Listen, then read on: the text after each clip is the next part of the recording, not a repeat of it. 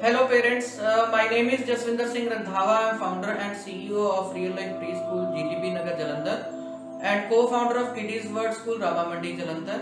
Purpose of our school is to build a foundation of your kids in preschooling. तो last year बहुत सारे parents अपने बच्चों को स्कूल नहीं भेज पाए या उन्होंने प्री स्कूल स्टार्ट करना था वो नहीं कर पाए. Now parents are very much worried के अगर उनके बच्चे की एज जो है वो 4+ की है तो उसको कौन सी क्लास में एडमिशन मिलेगी और कौन से स्कूल में एडमिशन करवाएं. देखिए आज मैं आपको बताने वाला हूं कि अगर आपका बच्चा 4+ ईयर का हो गया है और आपने उसको किसी स्कूल में नहीं डाला लेकिन घर पे ही आपने उसको काफी सारी चीजें करवा दी हैं तो आपके बच्चे की एडमिशन एज के हिसाब से LKG में होनी चाहिए. अगर कोई स्कूल जो है वो LKG के बदले आपके बच्चे को नर्सरी क्लास में ले रहा है, इससे आपके बच्चे का 1 साल भी खराब होगा और आपको एक्स्ट्रा फीस भी पे करनी पड़ेगी. तो कौन से ऐसी चीजें हैं जो आपके बच्चे को 3 to 4 इयर्स के एज ग्रुप में आ जानी चाहिए थी ताकि वो नेक्स्ट क्लास LKG में प्रमोट हो जाए. तो that is the major question. तो आज मैं वही आपको डिटेल में बताने वाला हूं कि नर्सरी क्लास में हम बच्चे को क्या करवाते हैं और आपके बच्चे को अगर वो 3 to 4 इयर्स की एज में था और वो स्कूल नहीं जा पाया तो उसको कौन सी चीजें आनी चाहिए. आइए हम नर्सरी के सिलेबस की बात करते हैं. ये वीडियो सभी पेरेंट्स के लिए बहुत इंपॉर्टेंट है जिनके बच्चे छोटे हैं और उन्होंने अपने बच्चों की स्कूलिंग स्टार्ट करवानी है. तो इसको शेयर और लाइक जरूर कर दें. हमारे channel real life kids pre school को सब्सक्राइब भी कर लें. नर्सरी क्लास जो होती है, nursery class starts at the age of 3 years. जो बच्चा 3 या 3 ईयर से प्लस है उसको नर्सरी क्लास में एडमिशन मिलती है. अगर कोविड की वजह से आपका बच्चा इस एज ग्रुप में था 3 to 4 इयर्स के एज ग्रुप में और वो स्कूल नहीं जा पाया तो आपने घर पे उसको क्या क्या करवाया. नर्सरी क्लास का syllabus, nursery is a beginner class starting of the school age पर new education policy. Nursery, LKG, UKG, first and second ये जो है आपके फाउंडेशन ईयर्स में आएंगे अभी नेक्स्ट ईयर से जब इंप्लीमेंट हो जाएगी न्यू एजुकेशन पॉलिसी. तो नर्सरी क्लास में अगर हम सब्जेक्ट्स के बेसिस पे डिवाइड करें तो मेजर सब्जेक्ट कौन से हैं? English, maths and GK. ये 3 मेजर सब्जेक्ट्स हैं जिनके बारे में अगर स्कूल, वैसे तो स्कूल को कोई भी लीगल राइट नहीं है बिफोर फर्स्ट स्टैंडर्ड वो आपके बच्चे का टेस्ट लेके उसको एडमिशन दे. अकॉर्डिंग टू एज ही उसको एडमिशन मिलनी चाहिए. तो फिर भी अगर कोई स्कूल आपके बच्चे का टेस्ट लेता है तो इन 3 मेजर सब्जेक्ट्स में से टेस्ट ले सकता है. इसके अलावा हिंदी और ड्राइंग और आर्ट एंड क्राफ्ट भी.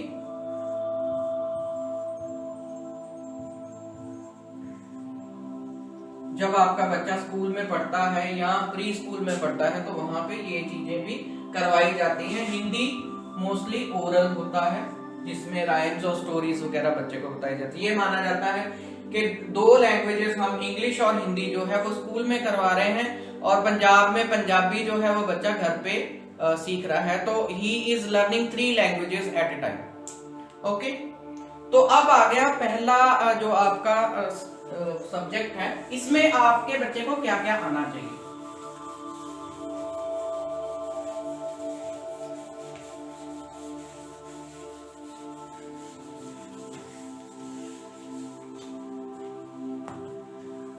इंग्लिश, इंग्लिश में भी 2 पार्ट हैं, ओरल एंड रिटन. अगर आपका बच्चा प्री स्कूल में गया हो लास्ट ईयर और प्री नर्सरी क्लास की हो तो बच्चे का ओरल वाला पार्ट जो है वो ज्यादा प्री नर्सरी क्लास में कवर किया जाता है और रिटन पे ज्यादा फोकस दिया जाता है नर्सरी क्लास में, क्योंकि LKG UKG में जो है रिटन वर्क जो है वो काफी हो जाता है तो उसके पहले उसको बेसिक राइटिंग आनी चाहिए. मान लो आपके बच्चे ने प्री नर्सरी भी नहीं की, ओके, और नर्सरी में ओरल में आपको बहुत सारी बुक्स मिल जाएंगी नर्सरी में, राइम्स की और स्मॉल स्टोरी बुक्स। ठीक है, आप उसको 4-5 राइम्स जो है वो ओरल में उसको सिखा सकते हैं ताकि वो राइम्स बोल सके। अगर उसको स्कूल में पूछा जाए कोई राइम सुनाओ तो वो सुना सके। ऐसे ही 1-2 सिंपल स्टोरीज भी आप बता सकते हैं। अब रह गया पार्ट रिटन वाला। रिटन में नर्सरी क्लास में बच्चे को बिफोर गिविंग हिम पेन और पेंसिल, तो हमने अगर बच्चे ने पहले कभी राइट नहीं किया तो वी ऑलवेज रिकमेंड के you should give him the crayons and all, और वो स्क्रिबलिंग करे।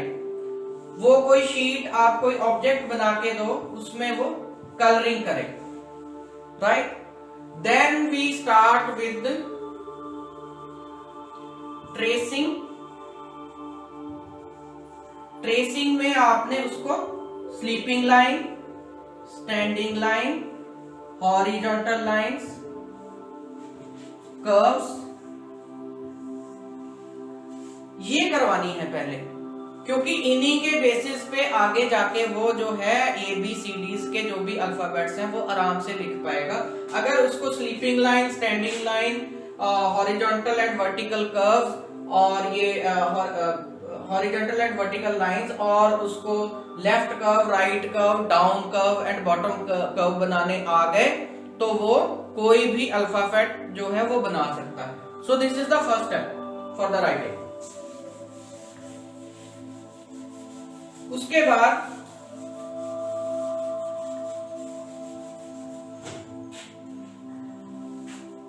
नर्सरी क्लास में आपके बच्चे को कैपिटल A to Z लिखना आ जाना चाहिए अकॉर्डिंग टू द सिलेबस, कि वो कैपिटल A to Z लिखना सीख ले। 4 लाइंस की कॉपीज के ऊपर आपने उसको लिखना शुरू करवाना है। You can start with the simple letters जो I, L, T, ये स्लीपिंग और स्टैंडिंग लाइन वाले हैं। उसके बाद अगर ये बेस बन गया then you can straight away start with the ABCD एक सीक्वेंस में। तो आप उसको डॉट लगा के भी दे सकते हैं, 3 डॉट्स लगा के दे सकते हैं। Once he will start writing with dots, और एक ट्रेसिंग बुक आती है जिसके ऊपर डॉट्स लगे होते हैं, उसके ऊपर वो लिखना शुरू कर देता है। Then you should give him practice without dots. तो उसको कैपिटल A to Z तो आना ही चाहिए। अगर आपका बच्चा शार्प है राइटिंग में, अच्छा लिख लेता है, तो then you can start with the small A to Z also. ठीक है, जब आपने ये पार्ट करवा दिया तो what is the next thing left, कैसे आपने प्रैक्टिस करवानी है। प्रैक्टिस करवाने के लिए हम क्या करेंगे, जब आपका बच्चा इतना नर्सरी में लिखना शुरू कर दे तो अब हम उसको देंगे टास्क। जैसे हम उसको मैचिंग पिक्चर्स विद अल्फाबेट्स, मान लो हमने यहाँ पे लिखा A, यहाँ पे B, यहाँ पे C और यहाँ पे हमने बॉल बना दी, यहाँ पे हमने एप्पल बना दिया, ठीक है, और यहाँ पे हमने बना दिया, मान लो सपोज कर लो कि दिस इज द कैट। ठीक है, अब उसको बोलना है आपने मैच करना है। तो A एप्पल से ऐसे मैच करेगा, B फॉर बॉल और C फॉर कैट। तो इससे उसको जो है रिकॉग्निशन होगी कि A से कौन सा वर्ड बन रहा है, क्योंकि हमने अगर ओरल में लगा के चले A apple, B ball, C cat, D dog, ये हमने उसको बहुत प्रैक्टिस करवा दिया हुआ है इन ओरल सेशन। ठीक है, सिर्फ ABC नहीं कराई, A for Apple, B for ball, और बुक पकड़ के भी उसको रिकॉग्निशन भी करवाई है। तो ये आप उसका टेस्ट ले रहे हैं।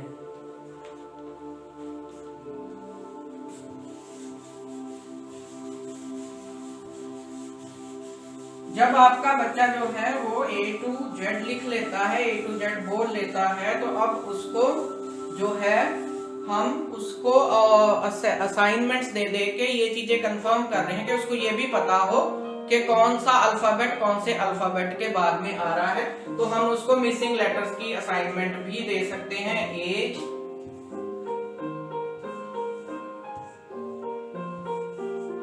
ओके, ये वो जो मिसिंग अल्फाबेट्स हैं उनको वो फिल करेगा। इस तरह से भी आप टास्क उसको दे सकते हैं।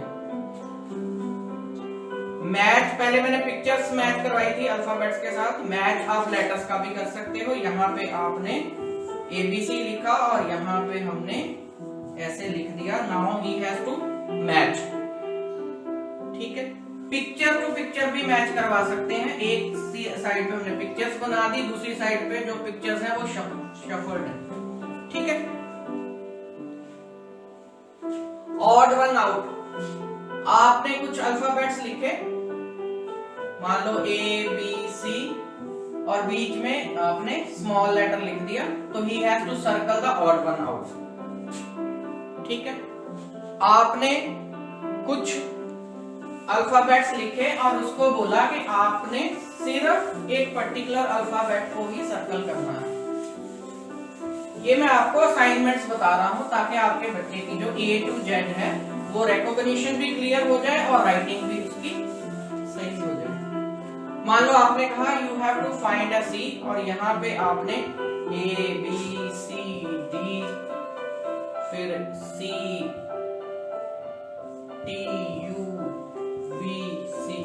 जितने भी C हैं he has to circle the C। ठीक है, इससे क्या हो रहा है, उसकी जो इमेज है फॉर अ पर्टिकुलर अल्फाबेट वो आप उसके माइंड में इंप्रूव हो रही है। अब आप अपने बच्चे को राइटिंग में और इंप्रूव करने के लिए उसको डिक्टेशन करवाएंगे। उसको आप बोल सकते हैं, जैसे पहले सीक्वेंस में राइट ABC सीक्वेंस में हो गया, then randomly also you can say write D, write F। बस इतना ही इंग्लिश का सिलेबस है। इसको आप कैसे करवाते हो दैट डिपेंड्स अपॉन यू। अगर आपके बच्चे को A to Z लिखना आता है, A to Z बोलना आता है, उसको रिकॉग्नाइज करना आता है, तो आपका बच्चा जो है उसने नर्सरी कर ली है, अब वो LKG में आने के लिए तैयार है। Now comes the maths, mathematics. So maths में ओरल, अगर प्री नर्सरी बच्चा करके निकलता है तो ओरल वो 50 तक या 100 तक भी कई स्कूल्स करवा देते हैं। ओरल में वो काउंटिंग कर लेता है 1 2 3 4 5 6 अप टू 50, तो उसको आना ही चाहिए। नर्सरी में उसको रिटर्न भी 1 to 50 आ जाना चाहिए, राइट। 1 to 50 उसको रिटर्न भी आ जाना चाहिए। यहाँ पे भी आप उसको मिसिंग नंबर्स लिखने को कह सकते हो, इस तरह से टास्क दे सकते। पहले वो सिंपल 1 to 50 लिख ले, फिर उसके बाद उसको मिसिंग नंबर वाला टास्क दे सकते हो, मैच वाला टास्क दे सकते हो, ठीक है, डिक्टेशन दे सकते हो।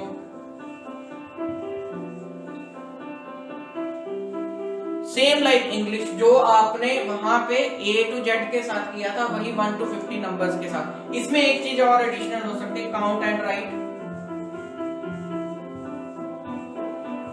आप फिजिकली भी उसको एक एक्टिविटी करवा सकते हो। उसको कोई ऑब्जेक्ट्स दिए, उनको बोला काउंट और उसके बारे में बताओ या बोलो कितने हैं। और आप नोटबुक पे भी उसको, मान लो आपने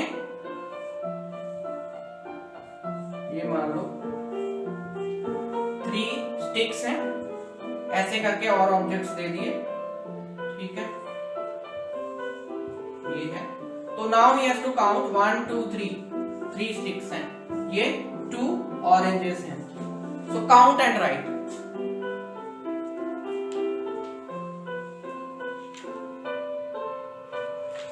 देन मैथ्स में एक और चीज आपने करवानी है, उसको शेप्स के बारे में पता हो, क्योंकि शेप्स भी मैथ्स में आती हैं।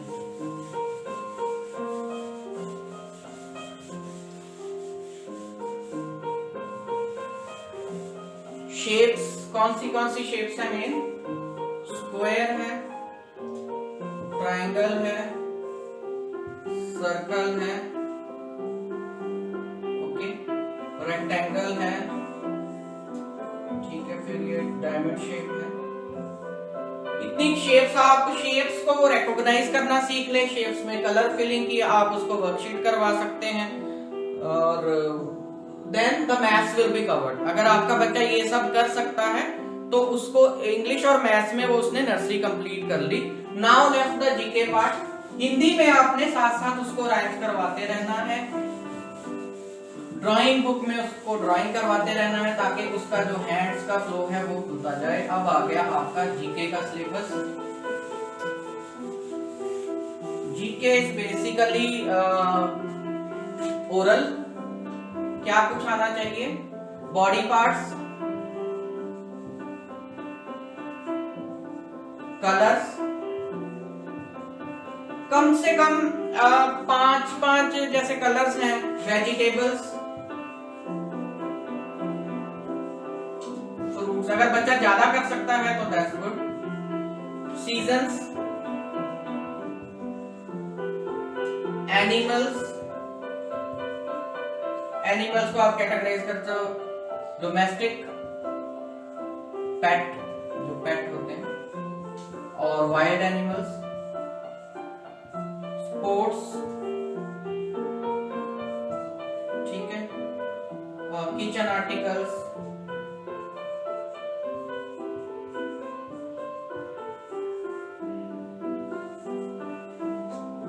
Transport, means of transport,